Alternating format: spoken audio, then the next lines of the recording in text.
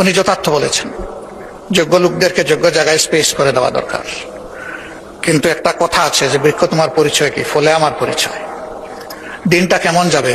Morning shows দেখে সরকারের 2 মাসে যে সমস্ত কার্যকলাপ বেসিক জায়গাগুলোতে হাত দেওয়া হয়েছে, প্রত্যেকটা জায়গায় জনগণের আকাঙ্ক্ষার বিপক্ষে চলে গেছে।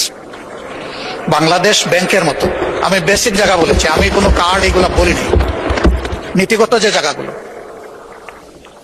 বাংলাদেশ ব্যাংকের মতো সেন্ট্রাল ব্যাংকের গভর্নর নিয়োগের ক্ষেত্রে যে কাজটা করা হয়েছে এবং সাবেক গভর্নরকে বিদায় দেওয়ার যে পদ্ধতি অনুসরণ করা হয়েছে, জাতি এটা দেখেছে।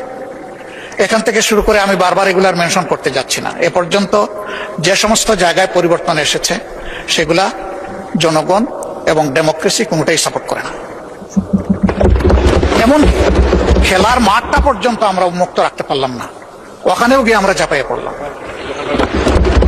তাহলে যেটা মাননীয় মন্ত্রী বললেন যে যোগ্য লোকদেরকে যোগ্য জায়গায় না দিলে দেশ আগাবে কিভাবে, তো এইভাবে যদি যোগ্যতা সিলেকশন হয়, আমার প্রশ্ন, দেশ আগাবে কিভাবে?